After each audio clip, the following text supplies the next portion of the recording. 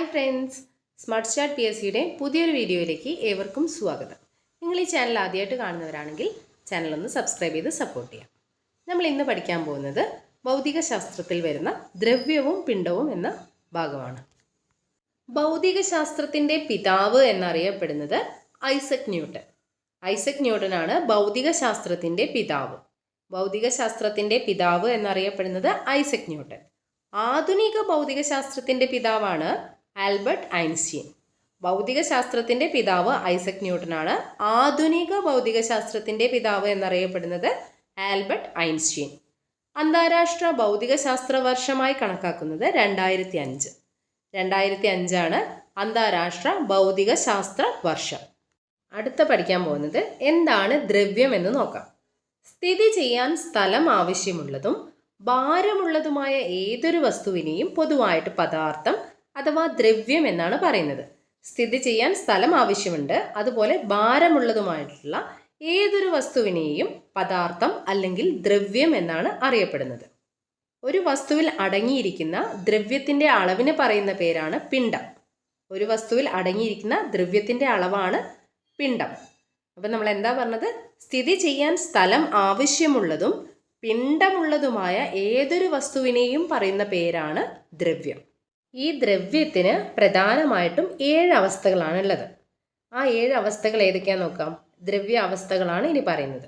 ഖരം, ദ്രാവകം, വാതകം, plasma, Bose Einstein condensate, fermionic condensate, quark gluon plasma. ദ്രവ്യത്തിൻ്റെ 7 അവസ്ഥകളാണ് പറയുന്നത്. ഖരം, ദ്രാവകം, വാതകം, plasma, Bose Einstein condensate, fermionic condensate, quark gluon plasma. ഇതാണ് ദ്രവ്യത്തിൻ്റെ പ്രധാനപ്പെട്ട 7 അവസ്ഥകൾ. ദ്രവ്യത്തിൻ്റെ പുതുതായി കണ്ടെത്തിയ 3 അവസ്ഥകൾ നോക്കാം. പ്രധാനപ്പെട്ട 3 അവസ്ഥകളാണ് ഇവിടെ പറയുന്നത്. ഒന്ന് ടൈം ക്രിസ്റ്റൽ, എക്സിറ്റോണിയം, റിഗ്ബർഗ് പോളറോൺ. പുതുതായി കണ്ടെത്തിയ ദ്രവ്യത്തിൻ്റെ അവസ്ഥകളാണ് ടൈം ക്രിസ്റ്റൽ, എക്സിറ്റോണിയം, റിഗ്ബർഗ് പോളറോൺ. ദ്രവ്യത്തിൻ്റെ പ്രധാനപ്പെട്ട 7 അവസ്ഥകൾ നമ്മൾ പഠിച്ചു. ദ്രവ്യാവസ്ഥകൾ ഓരോന്നും ഡീറ്റെയിൽ ആയിട്ട് പഠിക്കാം. ആദ്യം പഠിക്കാൻ പോകുന്നത് ഖരം. പദാർത്ഥത്തിൻ്റെ ഒന്നാമത്തെ അവസ്ഥയാണ് ഖരം. ഖരപദാർത്ഥങ്ങളിൽ കണികകൾ വളരെ അടുത്താണ് സ്ഥിതി ചെയ്യുന്നത്. അതുപോലെ ഈ കണികകൾക്ക് ചലന സ്വാതന്ത്ര്യവും വളരെ കുറവാണ്. നിശ്ചിത ആകൃതിയും വ്യാപ്തവുമുള്ള പദാർത്ഥങ്ങളാണ് ഖരപദാർത്ഥങ്ങൾ. ഖരപദാർത്ഥങ്ങളിൽ കണികകൾ വളരെ അടുത്താണ് സ്ഥിതി ചെയ്യുന്നത്. ഈ കണികകൾക്ക് ചലന സ്വാതന്ത്ര്യവും വളരെ കുറവാണ്. നിശ്ചിത ആകൃതിയും വ്യാപ്തവുമുള്ള പദാർത്ഥങ്ങളാണ് ഖരപദാർത്ഥങ്ങൾ. ഇത്രയും ഓർത്തു വെക്കുക. അടുത്തത് ദ്രവ്യത്തിൻ്റെ രണ്ടാമത്തെ അവസ്ഥയായ ദ്രാവകാവസ്ഥയെ പറ്റി പഠിക്കാം. ദ്രാവകാവസ്ഥയിൽ കണികകൾ താരതമ്യേന അടുത്ത് സ്ഥിതി ചെയ്യുന്നു. അവയ്ക്ക് ഖരാവസ്ഥയിലേതിനേക്കാൾ ചലന സ്വാതന്ത്ര്യമുള്ള പദാർത്ഥങ്ങളാണ്. ദ്രാവകാവസ്ഥയുടെ പ്രത്യേകത എന്ന് പറയുന്നത് നിശ്ചിത ആകൃതിയില്ല. ദ്രാവകത്തിന് നിശ്ചിത ആകൃതിയില്ല. ഏത് ആകൃതിയിലും ഉൾക്കൊള്ളാവുന്ന പദാർത്ഥങ്ങളാണ് ദ്രാവകം. ദ്രാവകാവസ്ഥയുടെ പ്രത്യേകത എന്താണ്? കണികകൾ താരതമ്യേന അടുത്തടുത്താണ് സ്ഥിതി ചെയ്യുന്നത്. അവയ്ക്ക് ഖരാവസ്ഥയിലുള്ളതിനേക്കാൾ ചലന സ്വാതന്ത്ര്യവും കൂടുതലാണ്. ദ്രാവകങ്ങൾക്ക് നിശ്ചിത ആകൃതിയില്ല, എന്നാൽ ഏത് ആകൃതിയിലും ഉൾക്കൊള്ളാവുന്ന പദാർത്ഥങ്ങളാണ് ദ്രാവക പദാർത്ഥങ്ങൾ. ഇനി പഠിക്കാനുള്ളത് വാതകമാണ്. പദാർത്ഥത്തിൻ്റെ മൂന്നാമത്തെ അവസ്ഥയാണ് വാതകാവസ്ഥ. വാതകാവസ്ഥയിൽ കണികകൾ വളരെ അകന്നാണ് സ്ഥിതി ചെയ്യുന്നത്. അവയ്ക്ക് വളരെ കൂടുതൽ ചലന സ്വാതന്ത്ര്യവും ഉണ്ട്. നിശ്ചിത ആകൃതിയോ വ്യാപ്തമോ ഇല്ലാത്ത പദാർത്ഥങ്ങളാണ് വാതകങ്ങൾ. അപ്പം ഖരം, ദ്രാവകം, വാതകം പഠിച്ചല്ലോ. ഖരത്തിലെ കണികകൾ വളരെ അടുത്താണ് സ്ഥിതി ചെയ്യുന്നത്. ദ്രാവകത്തിലാണെങ്കിൽ താരതമ്യേന അടുത്ത് സ്ഥിതി ചെയ്യുന്നു. വാതകാവസ്ഥയിലാണെങ്കിൽ കണികകൾ വളരെ അകന്നാണ് സ്ഥിതി ചെയ്യുന്നത്. ഖരാവസ്ഥയിലുള്ള പദാർത്ഥങ്ങൾക്ക് ചലന സ്വാതന്ത്ര്യം വളരെ കുറവാണ്. എന്നാൽ ദ്രാവകാവസ്ഥയിലുള്ള പദാർത്ഥങ്ങൾക്ക് ഖരാവസ്ഥയിലുള്ളതിനേക്കാൾ ചലന സ്വാതന്ത്ര്യം കൂടുതലുണ്ട്. വാതകാവസ്ഥയിലുള്ള പദാർത്ഥങ്ങൾക്കാണെങ്കിൽ വളരെ കൂടുതൽ ചലന സ്വാതന്ത്ര്യം ഉള്ളവയാണ്. ഈ 3 അവസ്ഥകളുടെയും ആകൃതിയും വ്യാപ്തത്തെയും പറ്റി പഠിക്കാം. ഖരാവസ്ഥയിലുള്ള പദാർത്ഥങ്ങൾക്ക് നിശ്ചിത ആകൃതിയും നിശ്ചിത വ്യാപ്തവുമുണ്ട്. ദ്രാവകാവസ്ഥയിലുള്ള പദാർത്ഥങ്ങൾക്ക് നിശ്ചിത ആകൃതിയില്ല, പക്ഷേ ഏത് ആകൃതിയിലും ഉൾക്കൊള്ളാവുന്ന പദാർത്ഥങ്ങളാണ്. വാതകാവസ്ഥയിലുള്ള പദാർത്ഥങ്ങൾക്കാണെങ്കിൽ നിശ്ചിത ആകൃതിയോ നിശ്ചിത വ്യാപ്തമോ ഇല്ല എന്ന കാര്യം കൂടെ ഓർത്തു വെക്കുക. ഇനി നമുക്ക് പഠിക്കാനുള്ളത് പ്ലാസ്മാവസ്ഥയെക്കുറിച്ചാണ്. പദാർത്ഥത്തിൻ്റെ നാലാമത്തെ അവസ്ഥയാണ് പ്ലാസ്മാവസ്ഥ. ഒന്നാമത്തെ അവസ്ഥ ഖരം, 2 ദ്രാവകം, 3 വാതകം. നാലാമത്തെ അവസ്ഥയാണ് പ്ലാസ്മാവസ്ഥ. പദാർത്ഥത്തിൻ്റെ നാലാമത്തെ അവസ്ഥയാണ് പ്ലാസ്മ. പ്രപഞ്ചത്തിൽ ദ്രവ്യം ഏറ്റവും കൂടുതൽ കാണപ്പെടുന്ന അവസ്ഥ പ്ലാസ്മാവസ്ഥയിലാണ്. പ്രപഞ്ചത്തിൽ ദ്രവ്യം ഏറ്റവും കൂടുതൽ കാണപ്പെടുന്നത് പ്ലാസ്മാവസ്ഥയിലാണെന്ന കാര്യം ഓർത്തു വെക്കുക. ഉയർന്ന താപനിലയിൽ അയോണീകരിക്കപ്പെട്ട പദാർത്ഥത്തിൻ്റെ അവസ്ഥയാണ് പ്ലാസ്മ. അപ്പോൾ എന്തൊക്കെയാണ് പറഞ്ഞത്? പദാർത്ഥത്തിൻ്റെ നാലാമത്തെ അവസ്ഥയാണ് പ്ലാസ്മാവസ്ഥ. പ്രപഞ്ചത്തിൽ ദ്രവ്യം ഏറ്റവും കൂടുതൽ കാണപ്പെടുന്നത് പ്ലാസ്മാവസ്ഥയിലാണ്. അതുപോലെ ഉയർന്ന താപനിലയിൽ അയോണീകരിക്കപ്പെട്ട പദാർത്ഥത്തിൻ്റെ അവസ്ഥയാണ് പ്ലാസ്മ. സൂര്യൻ്റെയും നക്ഷത്രങ്ങളുടെയും കേന്ദ്രഭാഗത്ത് ദ്രവ്യം കാണപ്പെടുന്ന അവസ്ഥയാണ് പ്ലാസ്മ. സൂര്യൻ്റെയും നക്ഷത്രങ്ങളുടെയും കേന്ദ്രഭാഗത്ത് ദ്രവ്യം കാണപ്പെടുന്നത് പ്ലാസ്മാവസ്ഥയിലാണ്. തന്മാത്രകൾ ഏറ്റവും കൂടുതൽ ക്രമരഹിതമായി കാണപ്പെടുന്ന അവസ്ഥയും പ്ലാസ്മാവസ്ഥയാണ്. വൈദ്യുത ചാർജുള്ള കണങ്ങളായി ദ്രവ്യം സ്ഥിതി ചെയ്യുന്ന അവസ്ഥ എന്ന് പറയുന്നത് പ്ലാസ്മാവസ്ഥയിലാണ്. അതുപോലെ മിന്നലിൽ ദ്രവ്യം കാണപ്പെടുന്നതും പ്ലാസ്മാവസ്ഥയിലാണ്. പിന്നെ പ്രപഞ്ചത്തിൽ ദ്രവ്യം ഏറ്റവും കൂടുതൽ കാണപ്പെടുന്ന അവസ്ഥ പ്ലാസ്മാവസ്ഥയാണെന്ന് നമ്മൾ പറഞ്ഞല്ലോ. 99% ദ്രവ്യവും പ്ലാസ്മാവസ്ഥയിലാണ് സ്ഥിതി ചെയ്യുന്നത്. അപ്പോൾ പ്ലാസ്മാവസ്ഥയെക്കുറിച്ച് എന്തൊക്കെയാണ് പറഞ്ഞത്? പദാർത്ഥത്തിൻ്റെ നാലാമത്തെ അവസ്ഥയാണ് പ്ലാസ്മാവസ്ഥ. പ്രപഞ്ചത്തിൽ ദ്രവ്യം ഏറ്റവും കൂടുതൽ കാണപ്പെടുന്ന അവസ്ഥ പ്ലാസ്മാവസ്ഥയാണ്. 99% പദാർത്ഥങ്ങളും പ്ലാസ്മാവസ്ഥയിലാണ് കാണപ്പെടുന്നത്. സൂര്യൻ്റെയും നക്ഷത്രങ്ങളുടെയും കേന്ദ്രഭാഗത്ത് ദ്രവ്യം കാണപ്പെടുന്നത് പ്ലാസ്മാവസ്ഥയിലാണ്. അതുപോലെ തന്മാത്രകൾ ഏറ്റവും കൂടുതൽ ക്രമരഹിതമായി കാണപ്പെടുന്നതും പ്ലാസ്മാവസ്ഥയിലാണ്. വളരെ ഉയർന്ന ഊഷ്മാവിൽ ദ്രവ്യം എത്തിച്ചേരുന്ന അവസ്ഥയാണ് പ്ലാസ്മാവസ്ഥ. ഉയർന്ന താപനിലയിൽ പദാർത്ഥങ്ങൾ അയോണീകരിക്കപ്പെട്ട അവസ്ഥയിൽ നിലനിൽക്കുന്ന പദാർത്ഥത്തിൻ്റെ അവസ്ഥയാണ് പ്ലാസ്മാവസ്ഥ.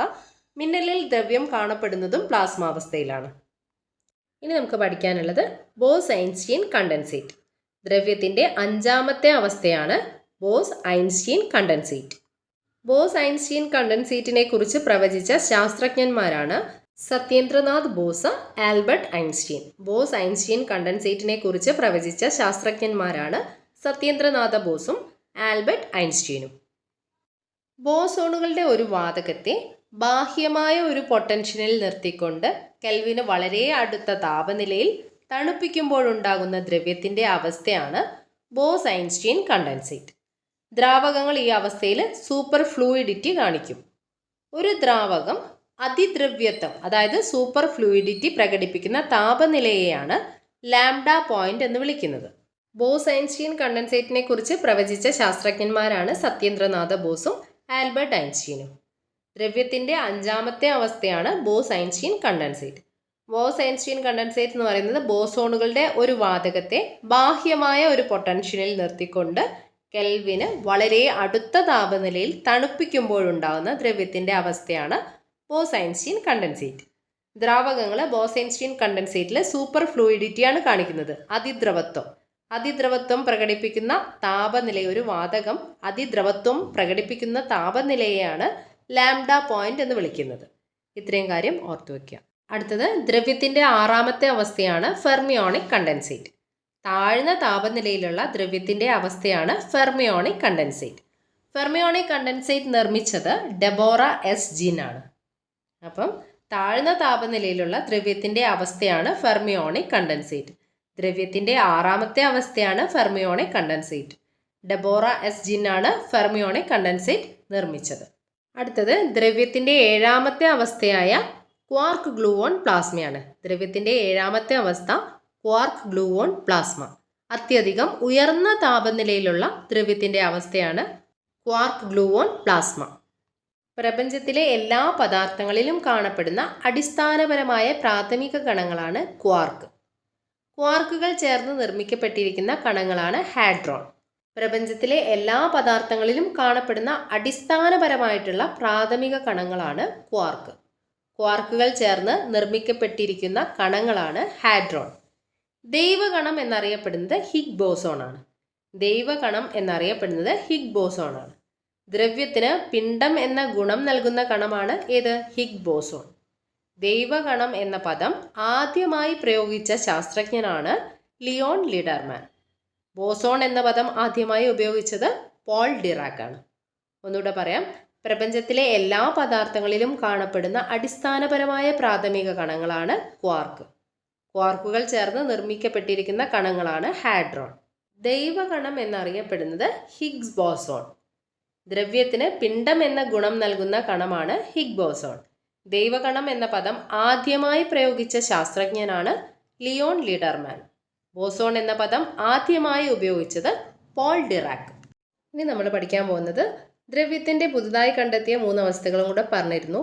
ഒന്ന് Jahn Teller metal, quantum spin liquid, Rydberg polarons. അതും കൂടെ നോക്കാം. ദ്രവ്യത്തിൻ്റെ 9ാമത്തെ അവസ്ഥയാണ് ജാൻ ടെല്ലർ മെറ്റൽ.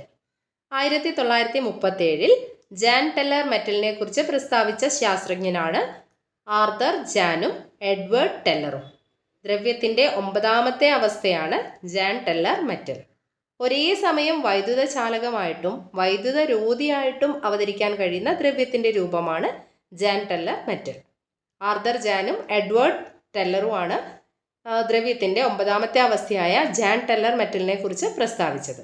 ഏറ്റവും ഉയർന്ന താപനിലയിലും അതിചാലകത പ്രകടിപ്പിക്കും എന്നതാണ് ജാൻ ടെല്ലർ ലോഹത്തിൻ്റെ ഒരു പ്രത്യേകത. ദ്രവ്യത്തിൻ്റെ മറ്റൊരു അവസ്ഥയാണ് ക്വാണ്ടം സ്പിൻ ലിക്വിഡ്. ഗ്രഫീനുമായിട്ട് സാദൃശ്യമുള്ള ദ്വിമാന ഘടനയുള്ള പദാർത്ഥത്തിൽ നിർമ്മിച്ച ദ്രവ്യരൂപമാണ് ക്വാണ്ടം സ്പിൻ ലിക്വിഡ്. ഈ ദ്രവ്യരൂപത്തിൽ ഇലക്ട്രോണുകൾ കാണപ്പെടുന്ന അവസ്ഥയെ പറയുന്ന പേരാണ് മയോറാന ഫെർമിയോണുകൾ. ഒരേ സമയം കണമായിട്ടും പ്രതികണമായും കാണപ്പെടുന്ന അവസ്ഥയാണ് മയോറാന ഫെർമിയോണുകൾ. അപ്പം ഗ്രഫീനുമായിട്ട് സാദൃശ്യമുള്ള ദ്വിമാന ഘടനയുള്ള പദാർത്ഥത്തിൽ നിർമ്മിച്ച ദ്രവ്യരൂപമാണ് ക്വാണ്ടം സ്പിൻ ലിക്വിഡ് എന്ന കാര്യം ഓർത്തുവെക്കുക. ദ്രവ്യത്തിൻ്റെ മറ്റൊരു അവസ്ഥയാണ് റിഡ്ബർഗ് പോളറോൺസ്. ഉത്തേജിപ്പിക്കപ്പെട്ട ആറ്റങ്ങൾ കൂടിച്ചേർന്നാണ് റിഡ്ബർഗ് പോളറോൺസ് നിർമ്മിക്കുന്നത്. നിശ്ചിത താപനിലയിൽ ഈ ആറ്റങ്ങൾ അയോണുകളായും ഇലക്ട്രോണുകളായും വിഭജിക്കപ്പെടുന്നു എന്നതാണ് പ്രത്യേകത. ഉത്തേജിപ്പിക്കപ്പെട്ട ആറ്റങ്ങൾ കൂടിച്ചേർന്നാണ് റിഡ്ബർഗ് പോളറോൺസ് നിർമ്മിക്കുന്നത്. നിശ്ചിത താപനിലയിൽ ഈ ആറ്റങ്ങൾ അയോണുകളായും ഇലക്ട്രോണുകളായും വിഭജിക്കപ്പെടുന്നു എന്നതാണ് റിഡ്ബർഗ് പോളറോൺസിൻ്റെ പ്രത്യേകത. ഇനി നമ്മൾ പഠിക്കാൻ പോകുന്നത് മാസ് അല്ലെങ്കിൽ പിണ്ഡത്തെ പറ്റിയാണ്. ഒരു വസ്തുവിൽ അടങ്ങിയിരിക്കുന്ന ദ്രവ്യത്തിൻ്റെ അളവാണ് പിണ്ഡം. ഒരു വസ്തുവിൽ അടങ്ങിയിരിക്കുന്ന ദ്രവ്യത്തിൻ്റെ അളവിനെയാണ് പിണ്ഡം എന്ന് പറയുന്നത്. മാസിൻ്റെ അടിസ്ഥാന യൂണിറ്റാണ് കിലോഗ്രാം. ഒരു വസ്തുവിൽ അടങ്ങിയിരിക്കുന്ന ദ്രവ്യത്തിൻ്റെ അളവാണ് പിണ്ഡം. പിണ്ഡത്തിൻ്റെ അടിസ്ഥാന യൂണിറ്റാണ് ഏത്? കിലോഗ്രാം. കിലോഗ്രാം കൂടാതെ മാസ് അളക്കുന്നതിനുള്ള മറ്റ് യൂണിറ്റുകളാണ് ton, quintal, gram, milligram, atomic mass unit.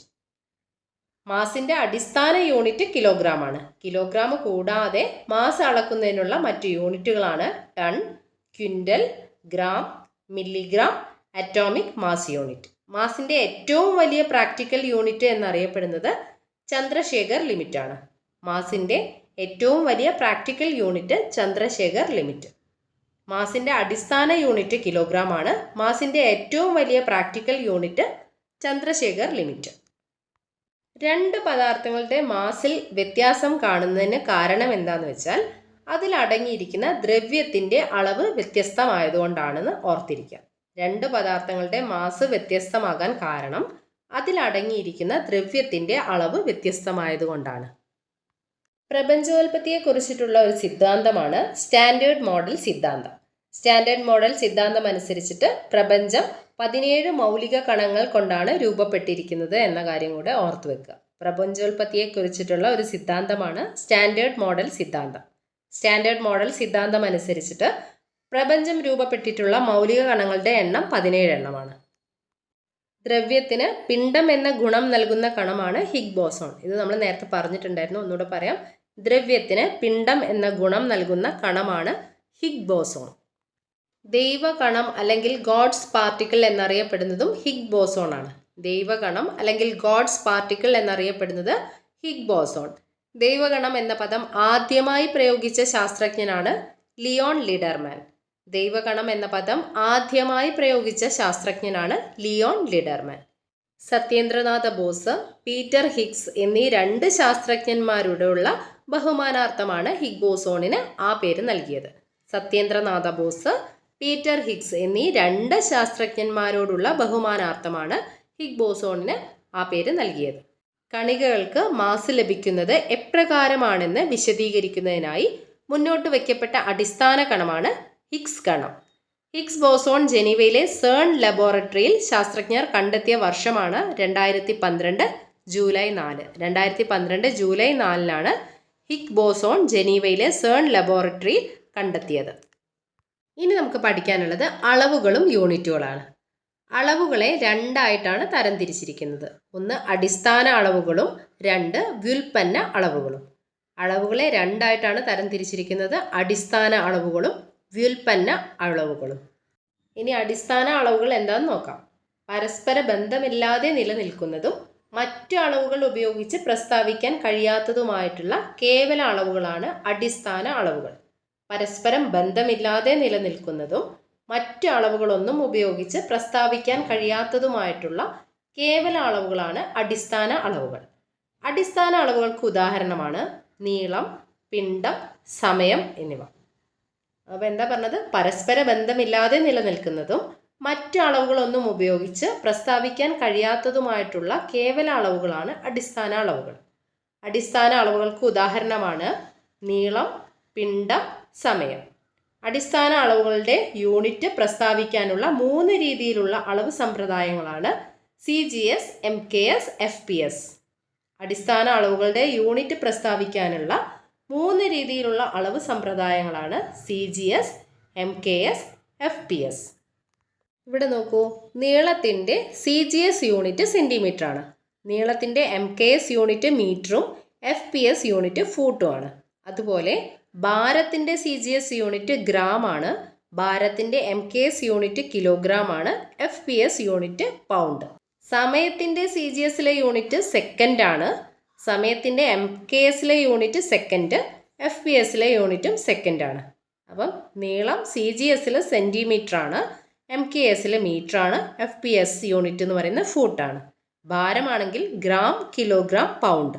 സമയം സെക്കൻഡ്, MKSലും സെക്കൻഡ്, FPSലും സെക്കൻഡ്.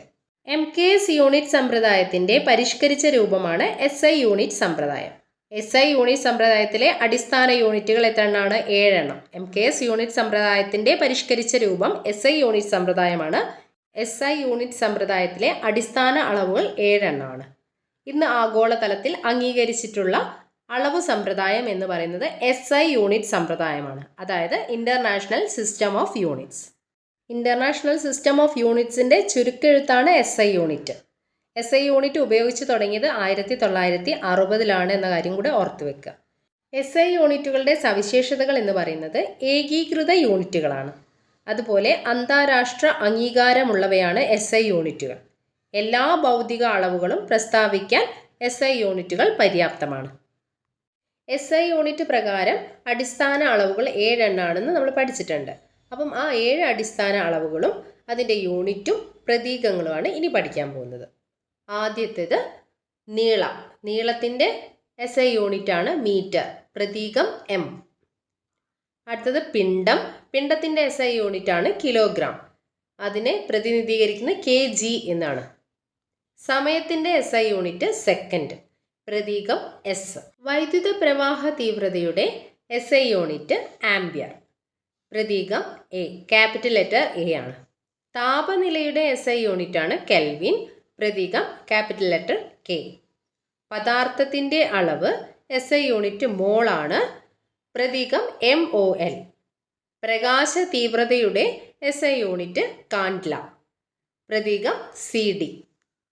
ഒന്നുകൂടെ പറയാം. നീളത്തിൻ്റെ SI യൂണിറ്റ് മീറ്റർ, പിണ്ഡത്തിൻ്റെ SI യൂണിറ്റ് കിലോഗ്രാം, സമയത്തിൻ്റെ SI യൂണിറ്റ് സെക്കൻഡ്, വൈദ്യുത പ്രവാഹ തീവ്രതയുടെ SI യൂണിറ്റാണ് ആംപിയർ, താപനിലയുടെ യൂണിറ്റ് കെൽവിൻ, പദാർത്ഥത്തിൻ്റെ അളവ് SI യൂണിറ്റ് മോൾ, പ്രകാശ തീവ്രതയുടെ SI യൂണിറ്റ് കാൻഡ്ല.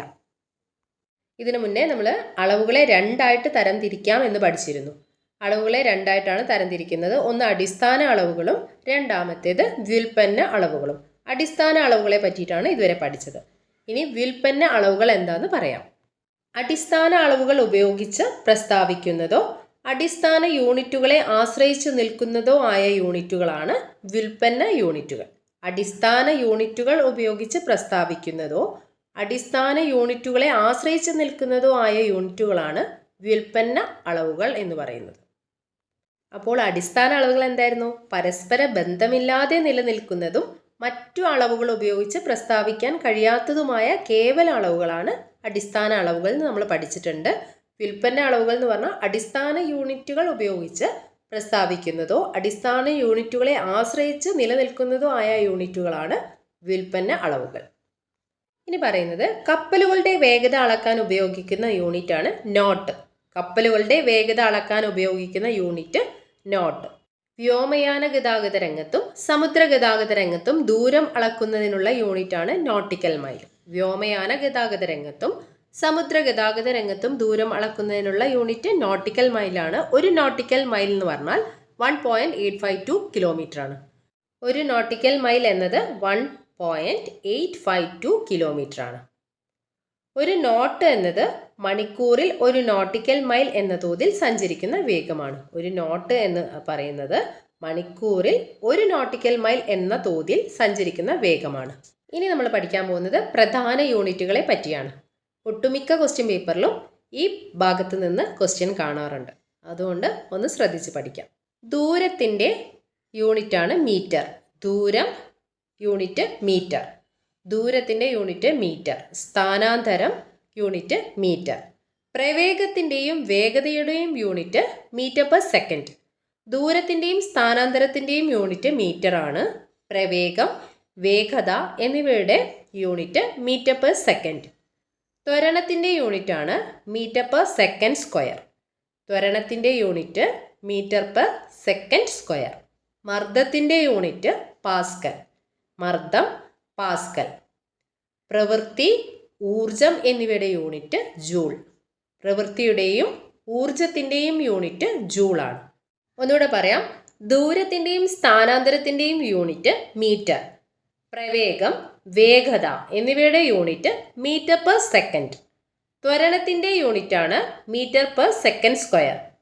മർദ്ദത്തിൻ്റെ unit pascal. പ്രവൃത്തി, ഊർജം എന്നിവയുടെ യൂണിറ്റ് ജൂൾ. താപോർജത്തിൻ്റെ യൂണിറ്റ് ജൂൾ. പ്രവൃത്തി, ഊർജം എന്നിവയുടെ യൂണിറ്റ് ജൂൾ. താപോർജത്തിൻ്റെ യൂണിറ്റും ജൂൾ. പവറിൻ്റെ യൂണിറ്റ് വാട്ട്. Power watt. വൈദ്യുത ചാർജിൻ്റെ യൂണിറ്റാണ് കൂളോം. വൈദ്യുത ചാർജ് കൂളോം. യന്ത്രങ്ങളുടെ പവർ, കുതിരശക്തി 746 വാട്ടാണ് എന്നുള്ള കാര്യം ഓർത്തു വെക്കുക. യന്ത്രങ്ങളുടെ പവർ, കുതിരശക്തി. പൊട്ടൻഷ്യൽ വ്യത്യാസം volt. Resistance ohm. Resistivity ohm metre. വൈദ്യുത ചാലകത സീമെൻസ്. Capacitance farad. ശബ്ദ തീവ്രത ഡെസിബൽ. ശബ്ദ തീവ്രതയുടെ യൂണിറ്റ് ഡെസിബൽ. ആവൃത്തി ഹെഡ്സ്. ആവൃത്തിയുടെ unit hertz. വൈദ്യുതധാര ആംപിയർ. നക്ഷത്രങ്ങളുടെ ദൂരം അളക്കുന്ന യൂണിറ്റാണ് പ്രകാശവർഷം. Inductance henry. Illuminance lux. കാന്തിക ഫ്ലക്സിൻ്റെ യൂണിറ്റാണ് വെബർ. ലെൻസിൻ്റെ പവർ അളക്കുന്ന യൂണിറ്റാണ് ഡയോപ്റ്റർ. ലൂമിനസ് ഇൻറ്റൻസിറ്റിയുടെ യൂണിറ്റാണ് കാൻഡ്ല. തരംഗദൈർഘ്യത്തിൻ്റെ യൂണിറ്റ് ആങ്സ്ട്രം. റേഡിയോ ആക്ടിവിറ്റിയുടെ യൂണിറ്റുകളാണ് ബെക്കുറേൽ, ക്യൂറി, റൂദർഫോർഡ്. ബലത്തിൻ്റെ യൂണിറ്റാണ് ന്യൂട്ടൺ. മാഗ്നറ്റിക് ഇൻഡക്ഷൻ്റെ യൂണിറ്റാണ് ടെസ്ല. ഇവിടെ പറഞ്ഞ കാര്യം ഒന്നുകൂടെ പറയാം. ലെൻസിൻ്റെ പവർ അളക്കുന്ന യൂണിറ്റാണ് ഡയോപ്റ്റർ. ലൂമിനസ് ഇൻറ്റൻസിറ്റിയുടെ യൂണിറ്റാണ് കാൻഡ്ല. തരംഗദൈർഘ്യത്തിൻ്റെ യൂണിറ്റ് ആങ്സ്ട്രം. റേഡിയോ ആക്ടിവിറ്റിയുടെ യൂണിറ്റുകളാണ് ബെക്കുറൽ, ക്യൂറി, റൂദർഫോർഡ്. ബലത്തിൻ്റെ യൂണിറ്റാണ് ന്യൂട്ടൺ. മാഗ്നറ്റിക് ഇൻഡക്ഷൻ്റെ യൂണിറ്റാണ് ടെസ്ല. ഒന്നുകൂടെ റിപ്പീറ്റ് ചെയ്യാം. ദൂരം, സ്ഥാനാന്തരം എന്നിവയുടെ യൂണിറ്റ് മീറ്റർ. പ്രവേഗം, വേഗത മീറ്റർ പെർ സെക്കൻഡ്. ത്വരണത്തിൻ്റെ യൂണിറ്റാണ് മീറ്റർ പെർ സെക്കൻഡ് സ്ക്വയർ. മർദ്ദം പാസ്കൽ. പ്രവൃത്തി, ഊർജം, താപോർജം എന്നിവയുടെ യൂണിറ്റാണ് ജൂൾ. പവറിൻ്റെ യൂണിറ്റ് വാട്ട്. വൈദ്യുത ചാർജിൻ്റെ യൂണിറ്റ് കൂളോം. യന്ത്രങ്ങളുടെ പവർ കുതിരശക്തി. പൊട്ടൻഷ്യൽ വ്യത്യാസം volt. Resistance ohm. Resistivity ohm metre. വൈദ്യുത ചാലകത സീമെൻസ്.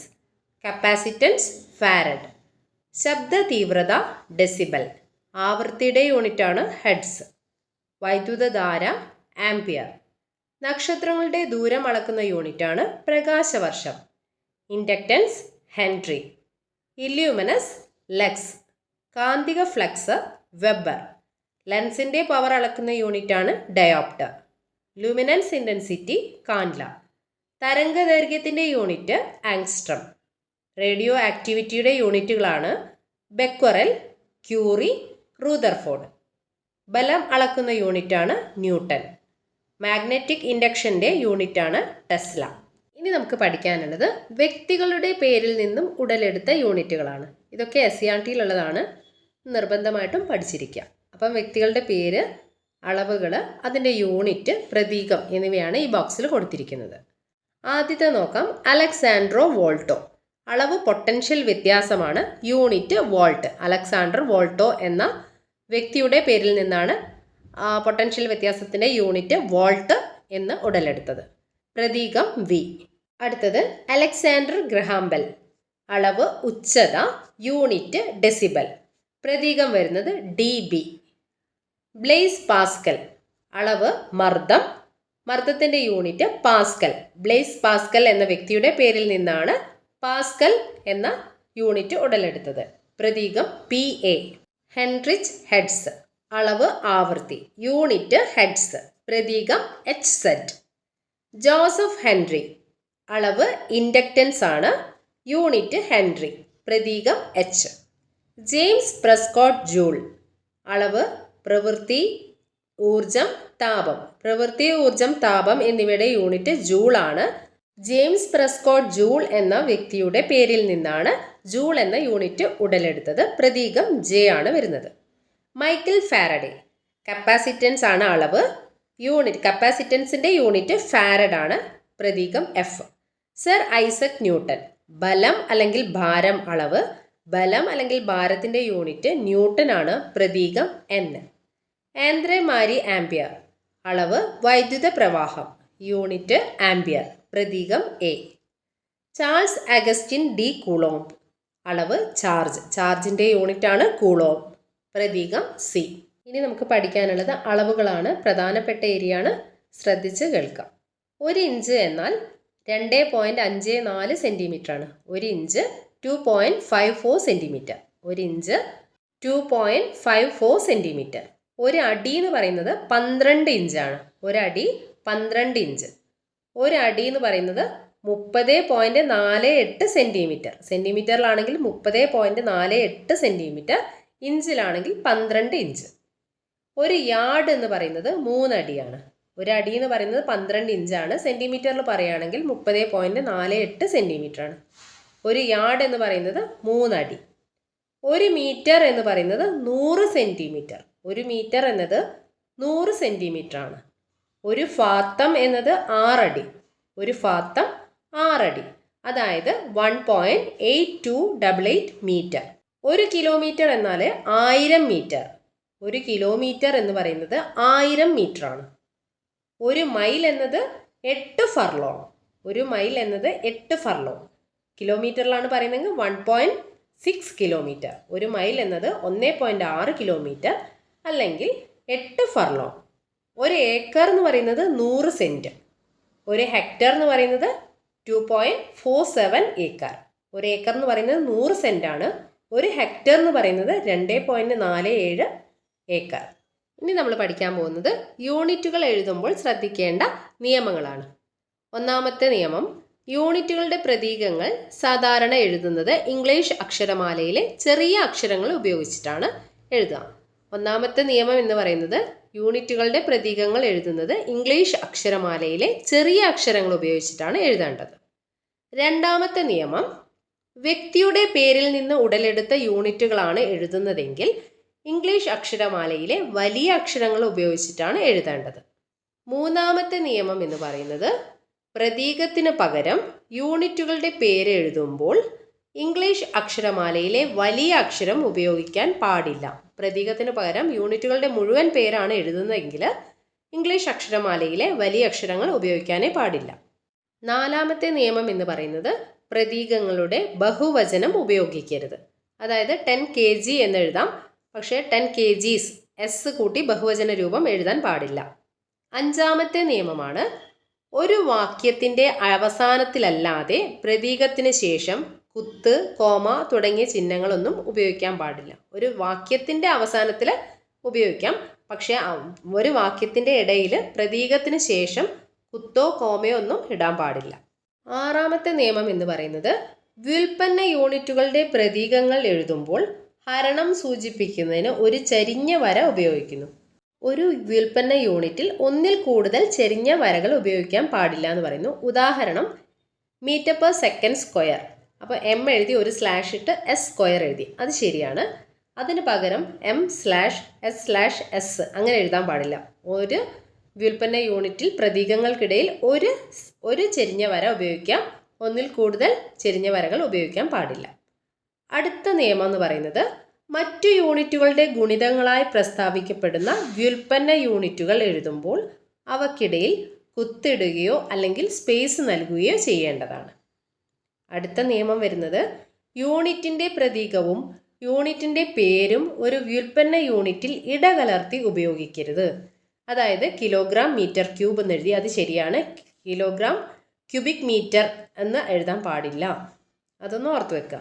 അളവുകളും മൂല്യവുമായി ചേർത്ത് യൂണിറ്റ് എഴുതുമ്പോൾ അവയ്ക്കിടയിൽ ഒരു സ്പേസ് നൽകേണ്ടതാണ്.